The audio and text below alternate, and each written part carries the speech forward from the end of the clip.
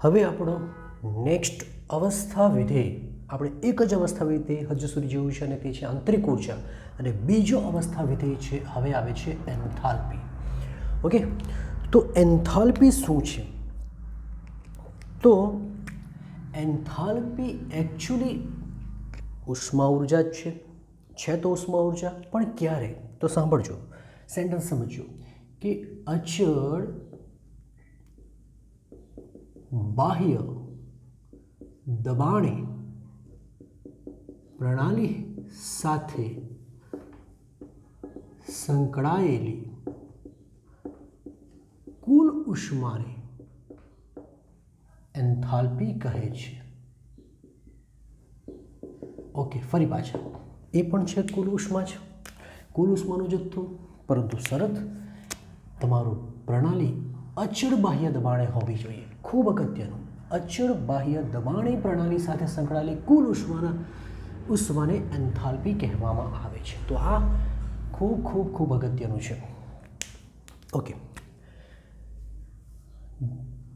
હવે પ્રણાલી શું છે, સોરી, હવે એન્થાલ્પી શું છે? તો એન્થાલ્પી એ માત્રાત્મક ગુણધર્મ છે ભાઈ, માત્રાત્મક.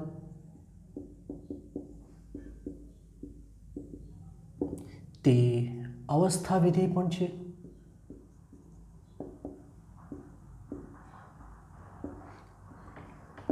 માત્રાત્મક ગુણધર્મ મતલબ દ્રવ્યના જથ્થા પર આધાર રાખે, અને અવસ્થા વિધેય મતલબ પ્રણાલીની અવસ્થા બદલાય તેના મૂલ્યમાં ફેરફાર થાય. એન્થાલ્પી માટે સંકેત H વપરાય છે. ઓકે, ચાલો. એન્થાલ્પી નો આંતરિક ઉર્જા સાથે શું સંબંધ છે? આંતરિક ઉર્જા સાથે નીચે પ્રમાણે ગાણિતિક સંબંધ ધરાવે છે, અથવા તો એન્થાલ્પીને નીચે પ્રમાણે રજૂ કરી શકાય છે. ગાણિતિક સંબંધ ધરાવે છે, અને સંબંધ છે H = U વત્તા PV. PV શું છે?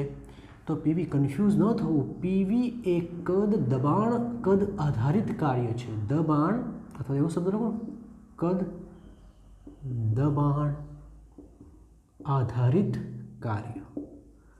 બહુ બધા કાર્ય આવે, તેમાંનો આપણે જે કાર્યની વાત કરીએ આ ચેપ્ટરમાં તે દબાણ અને કદ પર આધારિત કાર્ય છે. તો આમ લખી શકાય, આમ એન્થાલ્પી પ્રણાલીની આંતરિક ઉર્જા, જો એન્થાલ્પી આ બંનેનો સરવાળો છે. કોનો? આ આંતરિક ઉર્જા છે, ને આ એક કયું? દબાણ કદ આધારિત કાર્ય છે. તો લખીશું આંતરિક ઉર્જા અને દબાણ કદ કાર્યનો સરવાળો છે. ઓકે, ચાલો. હવે જો પ્રણાલી અવસ્થા બદલાય, એટલે કે પ્રારંભિક અવસ્થામાં એન્થાલ્પી H1 લઈએ, અને અંતિમ અવસ્થામાં એન્થાલ્પી H2 લઈએ, તો આ સૂત્ર પરથી શું થશે? બોલો. H1 = U1 બરાબર. હવે સાંભળો, તમને ખબર હોવું જોઈએ કે આપણે અચળ દબાણ હેઠળ જ કરીએ છીએ, એટલે P તો અચળ હશે, કદ બદલાશે, તો અહીં આવશે PV1. તે રીતે H2 બરાબર શું આવશે? U2, તો પછી PV2 આવશે, બરાબર, કારણ કે અચળ દબાણ હેઠળ કદમાં ફેરફાર થાય છે. તો તેવા કિસ્સામાં આપણે એમ લખી શકીએ, ડેલ્ટા H એટલે કે એન્થાલ્પીમાં થતો ફેરફાર, એન્થાલ્પી ફેરફાર, બરાબર, એન્થાલ્પી ફેરફાર ડેલ્ટા H બરાબર અંતિમ માઇનસ પ્રારંભિક થાય કે નહીં? અને અંતિમ બરાબર તો આ કિંમત છે, એટલે U2 - PV2. ત્યારબાદ ફરી પાછા માઇનસ, અને U1 -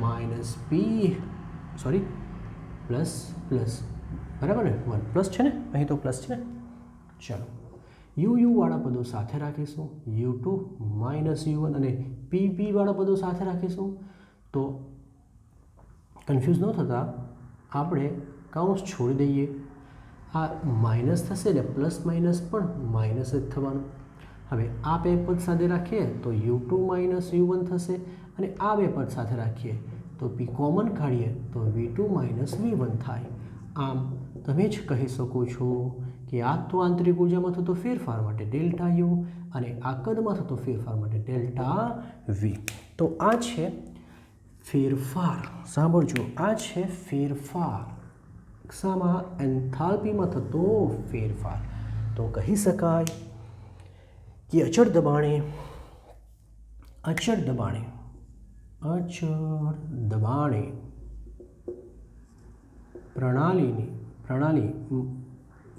પ્રણાલી સાથે સંકળાયેલી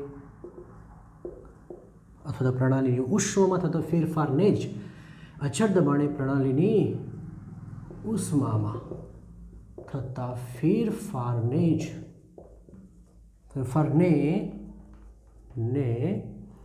એન્થાલ્પી ફેરફાર એટલે કે ડેલ્ટા એચ વડે શું કરાય છે દર્શાવાય છે ઓકે તો આ એન્થાલ્પી શું છે ફરી પાછા કોઈ પ્રક્રિયા અચળ દબાણ હેઠળ થાય અચળ દબાણ મતલબ શું એક નાનું અમથું ઉદાહરણ ફરી પાછું બતાવી દઈએ કે દબાણ અચળ રાખવાનું છે અચળ ખાલી કદમાં ફેરફાર થાય v1 માંથી v2 થઈ જાય કદમાં ફેરફાર થઈ જાય તો u1 માંથી u2 થઈ જાય અને આ ફેરફાર થાય તો h1 માંથી h2 થાય છે અહીં એના પ્રમાણે એટલે દબાણ અચળ છે પણ આ ક્રિયા દરમિયાન જે કંઈ ઉષ્માનો ફેરફાર થાય તે ઉષ્માને જ એન્થાલ્પી કહેવામાં આવે અને એના પરથી આપણે આ સાબિત કર્યું કે ભાઈ માત્રાત્મક ગુણધર્મ છે અવસ્થા વિધેય છે અને તે આંતરિક ઉર્જા સાથે સંબંધ ધરાવે છે આંતરિક ઉર્જા અને દબાણ કદ કાર્ય સાથે સંબંધ ધરાવે છે બરાબર પછી તો જો પ્રણાલીની અવસ્થા બદલાય તો એન્થાલ્પી બદલાય તો અશુદ્ધ મૂલ્ય બદલાય અને તેના પરથી આપણે આ ફેરફારનું સૂત્ર મેળવ્યું ચલો હવે આપણને આની બહુ ખાસ જરૂર નથી પડવાની આપણને ફેરફારની જ વધુ જરૂર પડે છે નેક્સ્ટ એમાં છે સંજ્ઞા પ્રણાલી કે ક્યારે પ્રણાલીને પ્લસ ધન એન્થાલ્પીને ધન લેવાના અને ક્યારે ઋણ તો બહુ જ સરળ છે ખૂબ સરળ છે જો પ્રણાલી ઉષ્મા શોષે એટલે કે પ્રણાલી ઉષ્મા શોષે મેળવે પ્રણાલીમાં ઉષ્મા ઉમેરાય તો ડેલ્ટા એચ ધન મળે ધન લેવા એનો મતલબ શું થાય એટલે કે તમારા ડેલ્ટા એચ ગ્રેટર દેન 0 થાય જ્યારે શોષે ત્યારે પણ બીજું જો પ્રણાલી ઉષ્મા ગુમાવે એટલે પ્રણાલીમાંથી ઉષ્મા ઓછી થાય તો ડેલ્ટા એચ ઋણ લેવા અને એટલે કે ડેલ્ટા એચ લેસ ધેન 0 ખાસ યાદ રાખજો ગુમાવવાથી શું થાય શોષવાથી શું થાય તો અહીં બતાવી દે જો શોષે ને તો એકચ્યુઅલમાં H2 ગ્રેટર ધેન H1 થાય હવે H2 ગ્રેટર ધેન H1 થાય આ મોટા હોય નાના હોય તો મોટા માટે નાના બાદ કરીએ તો જવાબ થઈ જવાનો પરંતુ આ કિસ્સામાં ગુમાવે માટે H2 કરતાં H1 વધી જાય નાનામાંથી મોટા બાદ કરીએ તો જવાબ તો ક્લિયર હોવું જોઈએ ઓકે નેક્સ્ટ ટોપિકમાં એન્થાલ્પી માટે જ છે કે અચળ કદે અને અચળ દબાણે પ્રણાલીની ઉષ્મા ખૂબ અગત્યનું છે નાનો અમથો ટોપિક છે ખૂબ અગત્યનો છે કે અચળ કદે અને અચળ દબાણે પ્રણાલીની ઉષ્મા કેટલી હોય આમ પ્રશ્ન એવો પૂછાય કે કેટલી હોય કોને કહેવાય બરાબર તો જરા જુઓ, આપણી પાસે ઉષ્માગતિશાસ્ત્રનો પ્રથમ નિયમ છે, યાદ કરો, ડેલ્ટા યુ બરાબર ક્યુ વત્તા ડબલ્યુ તથા ડબલ્યુ બરાબર પી ડેલ્ટા વી હોય કે નહીં? આ હોય છે.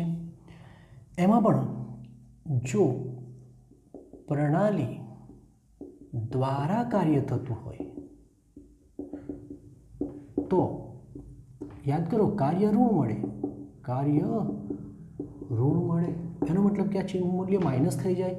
તો તેવા કિસ્સામાં ડેલ્ટા, પ્રથમ આપણે એક કામ કરીશું, ક્યુને સૂત્રના કરતા બનાવીએ. ક્યુ બરાબર ડેલ્ટા યુ, આમાં આવશે માઇનસ ડબલ્યુ અને એના પરથી આ આવશે પી ડેલ્ટા વી, પી ડેલ્ટા વી. ચાલો હવે આપણે બે મુદ્દા લખીશું, એક અચળ કદે અને પછી અચળ દબાણે. તો લખીશું, જો અચળ કદે પ્રણાલી દ્વારા કાર્ય થાય, દ્વારા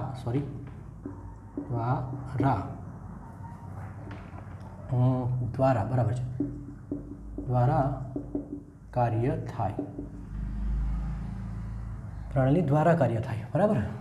તો શું જો પ્રણાલી દ્વારા કાર્ય થાય તો કાર્ય ઋણ મળે. તો એવા કિસ્સામાં આ પદ માઇનસ બનશે. અને અચળ કદે એનો મતલબ શું થાય? કદ બદલાય નહીં. તો શું થશે? કદ બદલાય નહીં તો તમે સમજો કે પી V2 માઇનસ V1માં આ પદ 0 બનશે. તો W બરાબર તો કેટલા બને? 0, કારણ કે કદ તો અચળ છે, કારણ કે પ્રારંભિક અને અંતિમ સ્થિતિમાં કદ સમાન છે. અચળ કદે તો કાર્ય 0 થઈ ગયું, માઇનસ મૂકો કે પ્લસ મૂકો, કાર્ય તમારું 0 થઈ ગયું. એટલે ઉપરના સમીકરણમાં જો કિંમત મૂકીએ અચળ કદે તો ફક્ત અને ફક્ત ડેલ્ટા યુ બચશે.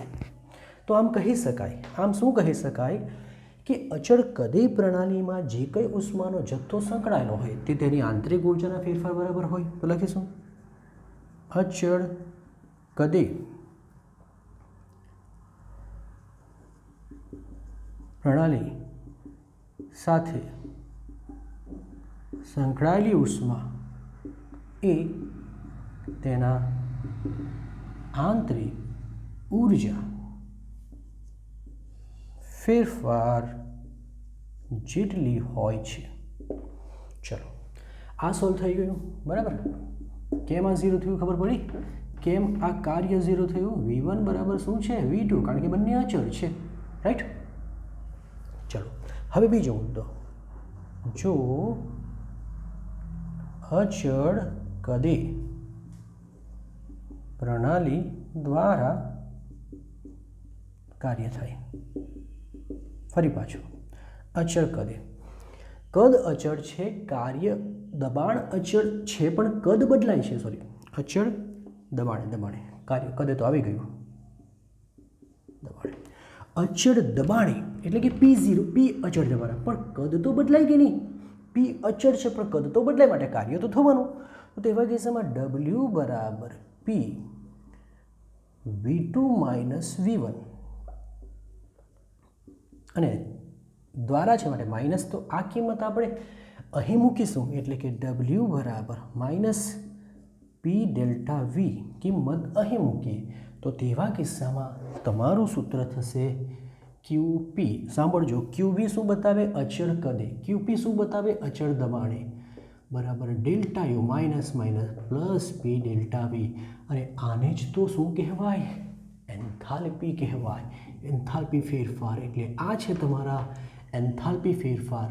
QP બરાબર ડેલ્ટા H. યાદ કરો, સૂત્ર આગળ આવી ગયું છે. આ બરાબર તો ડેલ્ટા H થાય છે. એનો મતલબ QP બરાબર ડેલ્ટા H, એટલે કે અચળ દબાણે.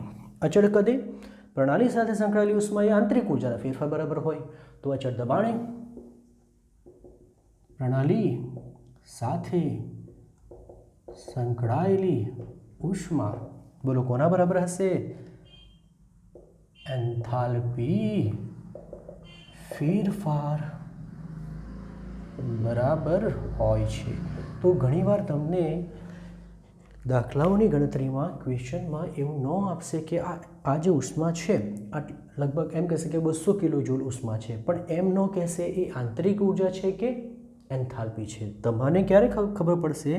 જો એ પ્રક્રિયા અચળ કદે થતી હોય તો તે તમારી શું હશે? ઉષ્મા આંતરિક ઉર્જાને. જો પ્રક્રિયા અચળ દબાણે થતી હોય તો સમજવાનું કે તે એન્થાલ્પી ફેરફાર આપેલો છે. એટલા માટે આ ખૂબ ખૂબ ખૂબ અગત્યનું છે દાખલાઓની ગણતરી માટે. Okay, next. હવે એક નાનો અમથો ક્વેશ્ચન જેવો છે કે એન્થાલ્પી આંતરિક ઉર્જા અને દ્રવ્યના જથ્થા વચ્ચેનો સંબંધ ધરાવતું સમીકરણ મેળવો. અથવા તો આ જ ક્વેશ્ચન આમ પણ પૂછાય, ડેલ્ટા એચ બરાબર delta U plus delta NG RT મેળવો. આ રીતે પણ ક્વેશ્ચન પૂછાય કે આ સૂત્ર આપણે તારવવાનું છે. ઓકે, ચાલો, સિમ્પલ છે. ધારો કે એક પ્રણાલી છે, પ્રણાલી વાયુરૂપ પ્રણાલી છે અને એમાં વાયુના પ્રારંભિક મોલની સંખ્યા N1 છે. ઓકે, મોલની સંખ્યા N1 છે. એની આંતરિક ઉર્જા કદ V1 છે, આંતરિક ઉર્જા U1 છે. હવે એ અચળ દબાણે પોતાની અવસ્થા બદલે, મતલબ પ્રક્રિયા કરે, અને પ્રક્રિયા કરીને શું કરે? મોલ થઈ જાય N2, કદ થઈ જાય V2 ને આંતરિક ઉર્જા શું થઈ જાય? U2. તો આપણે આ સૂત્ર આના પરથી સાબિત કરવાનું છે. લખીશું, ધારો કે વાયુરૂપ પ્રણાલીની પ્રારંભિક સ્થિતિમાં મોલ N1, કદ V1 અને આંતરિક ઉર્જા U1 છે. બરાબર, U1 છે. જો અચળ દબાણ હેઠળ પ્રક્રિયા થાય તો અંતિમ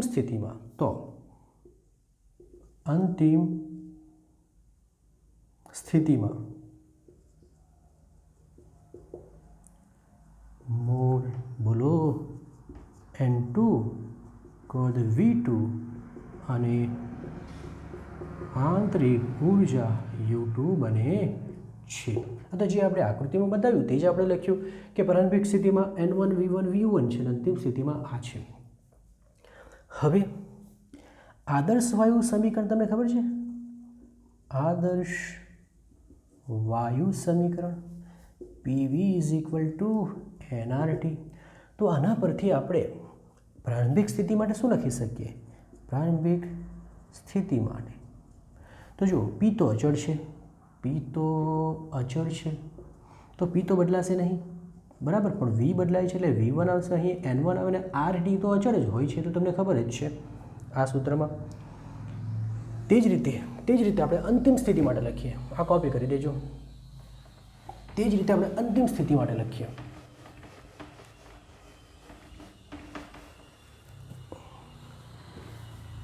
તો અંતિમ સ્થિતિમાં PV2 બરાબર શું થવાના?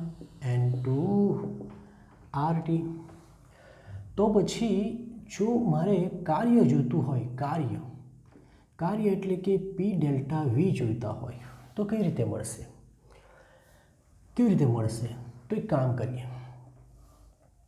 ચાલો આપણે પ્રથમ એન્થાલ્પીનું સૂત્ર લખીએ. એન્થાલ્પી ફેરફાર બરાબર શું હોય છે? ડેલ્ટા H = ડેલ્ટા U વત્તા P ડેલ્ટા V. હોય કે નહીં હોય? હોય છે. P ડેલ્ટા V નો મતલબ શું થશે? P ડેલ્ટા V નો મતલબ થાય V2 - V1 થશે, આરામથી થશે. ડેલ્ટા U પી અંદર આપી દે તો PV2 અને PV1 આ પણ શક્ય છે. હવે આ PV2 અને PV1ની કિંમતો અહીંથી મૂકી શકાય તો શું મુકાશે? ડેલ્ટા યુ બરાબર, ચલો અહીં શું આવશે? N2RT અને અહીં શું આવશે? N1RT. ચલો ડેલ્ટા યુ આપણે RT કોમન કાઢીએ તો N2 માઇનસ N1 રહે અને તેવા કિસ્સામાં આપણે એને ફેરફાર હોવાથી એને પણ ડેલ્ટા N કહીએ. બરાબર. અહીં G એટલા માટે લખેલું છે કારણ કે આપણે પ્રક્રિયકો માત્ર ને માત્ર કઈ સ્થિતિમાં લીધા છે? વાયુરૂપ પ્રક્રિયકો, વાયુરૂપ પ્રણાલી. સમજજો બરાબર, વાયુરૂપ પ્રણાલી. તો આ થઈ ગયું ડેલ્ટા Hનું સૂત્ર. ડેલ્ટા H, ડેલ્ટા યુ અને એના જથ્થા વચ્ચેનો, દ્રવ્યના જથ્થા વચ્ચેનો સંબંધ, જ્યાં ડેલ્ટા Ng બરાબર N2 માઇનસ N1 કહેવાય. ઘણીવાર એને NP માઇનસ NR એટલે કે નિપજના મોલ માઇનસ વાયુરૂપ પ્રક્રિયકોનો મોલ લખીશું. વાયુરૂપ નિપજના મોલ માઇનસ વાયુરૂપ પ્રક્રિયકના મોલ. રાઈટ, આ રીતે. હવે ખાસ વાત છે, નોંધ કરવા જેવી બાબતો છે કે જો આ પ્રક્રિયા દરમિયાન ડેલ્ટા Ng શૂન્ય થઈ જાય તો શું થશે? તો આ પદ 0 બનશે. તો તેવા કિસ્સામાં delta H is equal to delta you થશે. એનો મતલબ એ થઈ ગયો કે ત્યારે આંતરિક ઊર્જામાં ફેરફાર એ એન્થાલ્પી ફેરફાર બરાબર જ થશે. પરંતુ જો ડેલ્ટા Ng ગ્રેટર દેન 0 થઈ જાય તો તમારે ખૂબ સરળ જ છે, વધારે ડીપમાં ન જતા. જો આ ગ્રેટર દેન હોય તો તમારે આમ લખી દેવાનું, આ પણ ગ્રેટર દેન હશે. એનો મતલબ કે ત્યારે એન્થાલ્પી ફેરફાર વધુ હોય. અને જો ડેલ્ટા Ng લેસ દેન 0 હોય તો અહીં પણ લેસ દેન લખી દો. એનો મતલબ કે ત્યારે એન્થાલ્પી ફેરફાર એ આંતરિક ઊર્જા કરતાં ઓછો હોય છે. તો આ સૂત્ર સાબિત થઈ ગયું અને તેને લગતા નોંધો આપણે કરી લીધી. ઓકે, હવે આપણે જે કાર્યની વાત કરી ગયા છે, એન્થાલ્પીની વાત કરી ગયા છે, એમના સૂત્રો, વિવિધ પ્રક્રમો દરમિયાન થતા કાર્યના સૂત્રો, એન્થાલ્પીના સૂત્રો લખી એને રિલેટેડ દાખલાઓ જોઈએ. આ ખૂબ અગત્યનું છે કે બધા સૂત્રને સાથે યાદ રાખવું જરૂર બને, કારણ કે આ ચેપ્ટરના સૂત્રો એવા છે, ટોપિકો એવા છે કે એકબીજામાં મિક્સ થઈ જાય છે, માટે ખૂબ અગત્યનું છે. ચાલો પ્રથમ શું છે? ચાલો ધ્યાનથી જુઓ. સમતાપ અપ્રતિવર્તી પ્રક્રમ દરમિયાન થતું કાર્ય. તો યાદ કરો, તેમાં સૂત્ર W બરાબર -P ડેલ્ટા V હતું. ડેલ્ટા V બરાબર V2 માઇનસ V1 યા તો VF માઇનસ VI. યાદ કરો, અંતિમ માઇનસ પ્રારંભિક. ત્યાં આપણે થિયરીમાં આપણે F અને I સંકેત વાપરેલો, અહીંયા સરળતા માટે 2 અને 1 વાપરી દઈએ. બરાબર, 1 એટલે પ્રારંભિક અને 2 એટલે અંતિમ. સમતાપ પ્રતિવર્તી પ્રક્રમ હોય ત્યારે સૂત્ર આવું હતું, યાદ હોવું જોઈએ તમને. સમકદ પ્રક્રિયા, કદ જો બદલાય જ નહીં તો કાર્ય ક્યારે પણ થાય નહીં, એટલે 0 થાય, કારણ કે V2 માઇનસ V1 0 થાય. અને સમદાપ પ્રક્રિયા માટે દબાણ અચળ હોય પણ કદમાં ફેરફાર થાય એટલે સૂત્ર પાછું આ જ લાગુ પડે. આ રીતે પણ કરી શકાય. એન્થાલ્પી ફેરફાર માટે હમણાં જોઈ ગયા, ડેલ્ટા H બરાબર ડેલ્ટા યુ વત્તા P ડેલ્ટા V એક સૂત્ર છે, અને બીજું સૂત્ર છે ડેલ્ટા H બરાબર ડેલ્ટા યુ વત્તા ડેલ્ટા Ng RT. તો આટલા સૂત્રોનો ઉપયોગ કરવાના છે. ચલો ઉદાહરણ નંબર 6.2 પર આવી જઈએ. 2 લિટર આદર્શ વાયુનું એક વાતાવરણ દબાણે શૂન્યાવકાશમાં શું થાય છે? સમતાપી રીતે જ્યાં સુધી કદ આવું કંઈ છે, આ 2 લિટર છે. કદ શરૂઆતમાં કેટલું છે? 2 લિટર, એટલે કે V1 બરાબર 2 લિટર. પણ વિસ્તરણ ક્યાં થાય છે? શૂન્યાવકાશમાં. શૂન્યાવકાશમાં વિસ્તરણ થાય છે એનો મતલબ યાદ કરો શું હતું? આમાં વિસ્તરણ થાય છે અને કદ V2 શું થઈ જાય છે? 10 લિટર. પણ શૂન્યાવકાશ છે એટલે અહીં દબાણ P બરાબર તો 0 હોય છે, યાદ કરો. બરાબર, થાય ત્યાં સુધી વિસ્તરણ પામે તો કેટલી ઉષ્મા શોષાઈ હશે ને કેટલું કાર્ય થયું હશે? પહેલું તો કયો વાયુ છે? આદર્શ વાયુ છે. અને વિસ્તરણ પાછું કયું છે? સમતાપી. તો આપણે લાસ્ટ લેક્ચરની થિયરીમાં જોઈ ગયા કે સમતાપી આદર્શ વાયુનું સમતાપ વિસ્તરણ, આદર્શ વાયુનું સમતાપ વિસ્તરણમાં કોઈ કાર્ય થતું નથી. રીઝન શું છે? શૂન્યાવકાશમાં થાય છે માટે W બરાબર માઇનસ પી V2 માઇનસ V1 લખાય તો ખરું, પણ P જ જો 0 હોય તો કાર્ય બોલો કેટલું બને? 0 જ બને. હવે સમતાપ અને આદર્શ વાયુ છે માટે Q પણ 0 જ હોય છે, માટે જવાબ છે ઉષ્મા પણ શૂન્ય છે, એટલે બંને 0 હોય છે. ક્લિયર હોવું જોઈએ, એટલું બધું કંઈ ભારે નથી. આ તો વ્યાખ્યા પરથી છે, અથવા કહી શકીએ એક વિધાન છે તેના પરથી છે કે આદર્શ વાયુનું જ્યારે શૂન્યાવકાશમાં વિસ્તરણ થાય ત્યારે ન તો કાર્ય થાય, ન તો ઉષ્માનો ફેરફાર થાય. ડેલ્ટા યુ અને ડેલ્ટા એચ પણ 0 હતા. ઉપરનું વિસ્તરણ, હવે ફરી પાછા જો ઉપરનું વિસ્તરણને ધ્યાનમાં લઈએ અને ગણતરી કરો, જો બાહ્ય દબાણ કેટલું હોય? 1 એટમોસ્ફિયર હોય છે. સપોઝ આ 2 લીટર છે, બરાબર. કદ કેટલું છે? 2 લીટર છે, બરાબર. કદ છે 2 લીટર. બાહ્ય દબાણ પી એક્સટર્નલ આ વખતે 1 એટમોસ્ફિયર તમને આપી દીધું છે, અને પછી કદ વિસ્તરણ પામે છે 10 લીટર, જે પ્રમાણે કહ્યું તે પ્રમાણે. તો કાર્ય કેટલું થાય? તો તેવા કિસ્સામાં કાર્ય થાય, સૂત્ર છે P delta V. Delta V is equal to V2 minus V1. P external 1 atmosphere છે માટે -1, આ 10 છે અને આ 2 છે, એટલે જવાબ 8 એટમોસ્ફિયર ઇન્ટુ લીટર આવવાનો. બરાબર ને? સિમ્પલ છે. નેક્સ્ટ, ઉપરના વિસ્તરણ, એટલે ઉપરનું વિસ્તરણ એટલે આ જ પાછું સમતાપી રીતે વિસ્તરણ. ધ્યાનમાં લો. અને પ્રતિવર્તી રીતે, હવે પ્રક્રિયા પ્રતિવર્તી કીધી છે. પ્રતિવર્તી એટલે શું આવશે? આ સૂત્ર આવશે, બરાબર. પ્રતિવર્તી શબ્દ વાપરેલું હોય તો આ સૂત્ર આવે, ન વાપરેલું હોય તો તમારે સમજવાનું કેવા પ્રતિવર્તી છે, એટલે આ સૂત્ર લીધું આપણે. પ્રતિવર્તી રીતે 10 લીટર કદ વિસ્તરણ માટે ઉષ્માની ગણતરી કરો.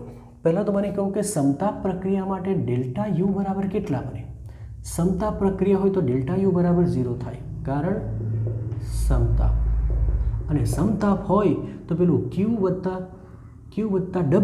Wમાં W ને આમ લાવીએ એટલે Q બરાબર શું બને? -W. બને કે નહીં બને?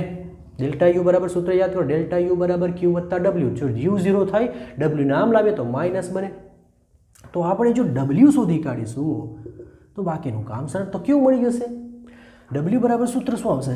યાદ કરો, -2.303 nRT log V2 ના છેદમાં V1. તમે કહો સર આ સૂત્ર કેમ નહીં વાપર્યું? પણ અહીં તો કદનો ફેરફાર આપેલો છે, દબાણનો તો ફેરફાર નથી આપેલો. દબાણનો ફેરફાર આપેલો હતો તો આ સૂત્ર વાપરતે. Okay, next -2. હા, હવે જરાક જુઓ nRTની કિંમત કેટલી લેવી? તો સૂત્ર છે PV is equal two nRT. PV is equal two nRT. જરાક ધ્યાનથી જોજો. દબાણ કેટલું લેવાનું છે? 1 એટમોસ્ફિયર. કદ કેટલું લેવાનું છે? 10 લીટર. તો આ 1 અને આ એટલે પીવીની કિંમત કેટલી થવાની? 1 ગુણ્યા 10 એ જ તમારા nRT થવાના. તો 1 ગુણ્યા 10 એટલે 10 થાય. તો આ કિંમત આપણે સૂત્રમાં ડાયરેક્ટ મૂકી દઈએ.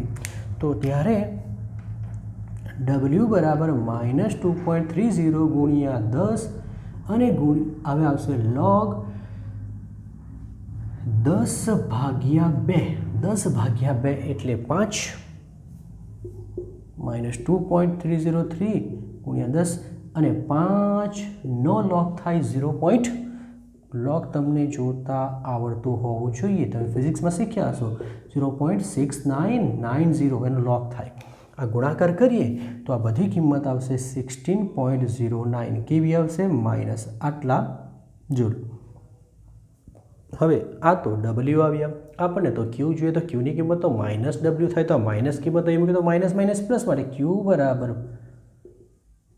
બરાબર ને આ કિંમત થશે. ઓકે, તો સૂત્ર ખૂબ અગત્યનું છે. એકમ આપણો જૂલ નહીં પરંતુ લીટર એટમોસ્ફિયર આવશે. કારણ શું છે કે દબાણ એટમોસ્ફિયરમાં આપેલું છે, અને કદ લીટરમાં આપેલું છે, એટલે લીટર એટમોસ્ફિયર. બરાબર, યાદ રાખજો. આ પણ ઉર્જાનો જ એક એકમ છે. ચાલો, નેક્સ્ટ ઉદાહરણ ઘણો અગત્યનો છે. ઉદાહરણ નંબર 6.5. એન્થાલ્પી પર આધારિત છે.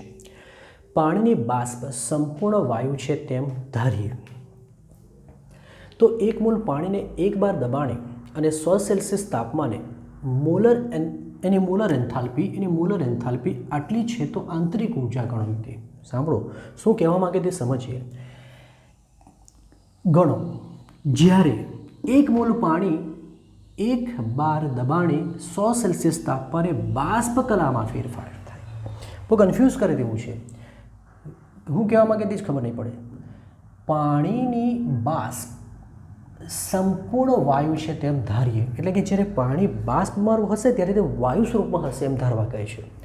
તો 1 મોલ પાણીને 1 બાર દબાણી અને 100 સેલ્સિયસ તાપમાને તેની એન્થાલ્પી આપેલી છે. પહેલાં તો શું આપેલું તે લખીએ. ચલો, એન્થાલ્પી આપી છે ડેલ્ટા એચ, એન્થાલ્પી ફેરફાર 41 કિલોજૂલ પ્રતિ મોલ. ચલો, એન્થાલ્પી ફેરફાર આપેલો છે ને માંગે શું? તમે આંતરિક ઉર્જા ફેરફાર ગણી આપો કે આટલી કિંમત. ક્યારે? તો જ્યારે આ પરિસ્થિતિ આ હશે ત્યારે. એટલે પહેલી પરિસ્થિતિને ધ્યાનમાં લઈએ તો 1 મોલ પાણી એટલે n બરાબર 1 મોલ પાણી, 1 બાર દબાણ એટલે કે P બરાબર 1 બાર અને તાપમાન T બરાબર 100 મીન્સ 100 + 273 એટલે 373 કેલ્વિન. કેલ્વિનમાં જ હોવું જરૂરી. આ પરિસ્થિતિ જેમાં જ્યારે બાષ્પમાં ફેરવામાં આવે ત્યારે એનો મતલબ એ થઈ ગયો કે આ આપણું પાણી છે, લિક્વિડ છે, એને આપણે ગરમ કરીને ગેસમાં રૂપાંતર કરવાની. તો આ પ્રક્રિયા માટે, આ પરિસ્થિતિ માટે આંતરિક ઉર્જા શોધવા કહે છે. તો પહેલાં તો આંતરિક ઉર્જા શોધાશે કઈ રીતે? આપણી પાસે એન્થાલ્પીનું સૂત્ર શું છે? એન્થાલ્પી બરાબર ડેલ્ટા યુ વત્તા 2 સૂત્ર છે. કન્ફ્યુઝન થશે, 2 સૂત્રમાંથી કયું સૂત્ર વાપરું? તો જો આ ક્રિયામાં તમને કશે બી કદની વાત કરેલી એવું લાગે છે તો કશે પણ કદની વાત તો કરેલી જ નથી, પણ સમીકરણ બની શકે ને સમીકરણ પરથી આપણને મોલની સંખ્યા મળી જાય. યાદ કરો પેલા પ્રક્રિયકના મોલ, નિપજના મોલ અને પ્રક્રિયકના મોલવાળો શબ્દ આવી ગયો. તો આપણે આ સૂત્ર વાપરીશું. આના પરથી આપણે ડેલ્ટા યુ બરાબર delta H minus delta N લેવાશે કે નહીં લેવાશે? હવે આ સૂત્રમાં જો આપણને ડેલ્ટા એન જી ખબર પડી જાય તો કિંમત મૂકી દઈએ. તો ડેલ્ટા એન જી તો શું આવે? નિપજના મોલ માઇનસ પ્રક્રિયકના મોલ. આવું હતું કે નહીં હતું? પણ વાયુરૂપ નિપજના મોલ માઇનસ વાયુરૂપ પ્રક્રિયકના મોલ. તો જુઓ, આ નિપજ છે, વાયુ છે, તો આના મોલ કેટલા છે? 1. એટલે આ કિંમત તો 1 આવવાની. આ પ્રક્રિયક છે, એના મોલ કેટલા છે? 1.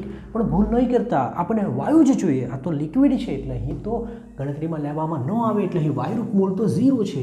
એટલે આની કિંમત તો આપણને 1 જ મળે છે. બધી કિંમત અહીં મૂકીએ. ડેલ્ટા યુ બરાબર ડેલ્ટા એચની કિંમત કેટલી આપેલી છે? 41 માઇનસ આ કિંમત 1, આરની કિંમત 8.3 બરાબર. આરની કિંમત 8.3, એકચ્યુઅલી 314 આવે. ટેક્સ્ટબુકમાં 8.31 લઈને ગણતરી કરી છે, તો આપણે 8.31 લઈને ગણતરી કરીશું. અને તાપમાન છે 373. 41 માઇનસ આ કિંમત 3.09 કિલોજૂલમાં છે. આ કિલોજૂલમાં છે તો આપણે એને કિલોજૂલમાં ફેરવવું પડશે, ક્યાં તો પછી તમારે જૂલમાં લેવું પડે. આને જૂલમાં ફેરવી દઈએ તો સાંભળો, અને જૂલમાં જો ફેરવીએ તો 41,000 જૂલ થાય કે નહીં? 1000 વડે ગુણી કાઢીએ. હવે 41,000 અહીં હું લખી દઉં છું. આરની કિંમત જે આપણે લઈ તે 2 રીતે લઈ શકાય. આર બરાબર 8.3 જૂલ પ્રતિ મોલ પ્રતિ કેલ્વિન લખી શકાય, ક્યાં તો આર બરાબર 8.3 × 10³ કિલો જૂલ લઈ શકાય મોલ પ્રતિ કેલ્વિન. હવે આપણે કઈ પસંદ કરવાની? તો આપણે એન્થાલ્પીની જે એકમમાં કિંમત લઈએ જૂલમાં તો આપણે જૂલવાળું લેવાનું, કિલો જૂલમાં તો આપણે કિલો જૂલવાળું લેવાનું. એટલે કન્ફ્યુઝ નહીં થવાનું, તમે તમારી મેળે સમજી શકો. આ -10⁻³ લખવામાં ઘણીવાર ભૂલ થઈ જાય તો આપણે એક કામ કરીશું, આપણે જૂલવાળું જ રાખીએ. તો આપણે એને જૂલમાં ફેરવી દીધું બરાબર. તો આ થઈ ગયું અને આ કિંમત થશે તમારી 3096ની આસપાસ. ઓકે, ચલો, તો આ આવશે 37904 જૂલ આવશે. હવે તમે એને કિલોમાં ફેરવવું હોય તો તમે ભાગાકાર કરી દેવો 1000 વડે, એટલે 37.904 કિલો જૂલ પ્રતિ મોલ થઈ જશે. તો એક જવાબ મળી ગયો તમને, એક જવાબ મળી ગયો. આ પહેલાંનો. હવે બીજું, 1 મોલ પાણીને બરફમાં રૂપાંતર કરીએ. આ H2 લિક્વિડમાંથી H2O બરફ એટલે કે સોલિડ થશે. ક્લિયર? અહીં ડેલ્ટા એન કેટલા થશે? સોલિડ અને લિક્વિડ છે, આપણે તો ગેસ જ જોઈએ, ગેસ જ જોઈએ તો જ ડેલ્ટા એન લખીશ. એટલે ડેલ્ટા એન અહીંયા 0 થવાના. અહીં તમારા ડેલ્ટા એન શું થશે? ડેલ્ટા એન જી 0 થશે, કારણ કે વાયુ પ્રક્રિયા કોઈ છે જ નહીં. અથવા તો એવું કહી શકાય કે લિક્વિડમાંથી સોલિડમાં બને ત્યારે કદમાં નહિવત ફેરફાર થાય. એટલે આ પદ અને આ પદ સમાન હોય, આ પદ બી 0 બને. એટલે એ રીતે પણ કહી શકાય. તો તેવા કિસ્સામાં આ પદ 0 બને, આ પદ 0 બને, આ પદ 0 બને, તો ડેલ્ટા એચ બરાબર ડેલ્ટા યુ થાય. એટલે લગભગ ડેલ્ટા એચ બરાબર ડેલ્ટા યુ થાય. કદમાં ફેરફાર થાય, ન થાય એવું નહીં, પણ નહિવત ફેરફાર થાય. તો એવો મુદ્દો લખી શકાય કે આ કિંમત તો 41,000 આવવાની, બરાબર, 41 કિલો જૂલ પ્રતિ મોલ. જવાબ તો તમારો આવી જવાનો, કેમ કે જે ડેલ્ટા એચ છે તે પણ એવું લખી શકાય કે કદમાં નહિવત ફેરફાર થવાથી ડેલ્ટા એચ બરાબર ડેલ્ટા યુ બને. બસ આવું તમે લખી શકો. અથવા તો એની જગ્યાએ તમે આવું લખી દો કે પી ડેલ્ટા વી બરાબર 0 થાય એટલે ડેલ્ટા એચ બરાબર ડેલ્ટા યુ થાય. તો આ ક્લિયર હોવું જોઈએ.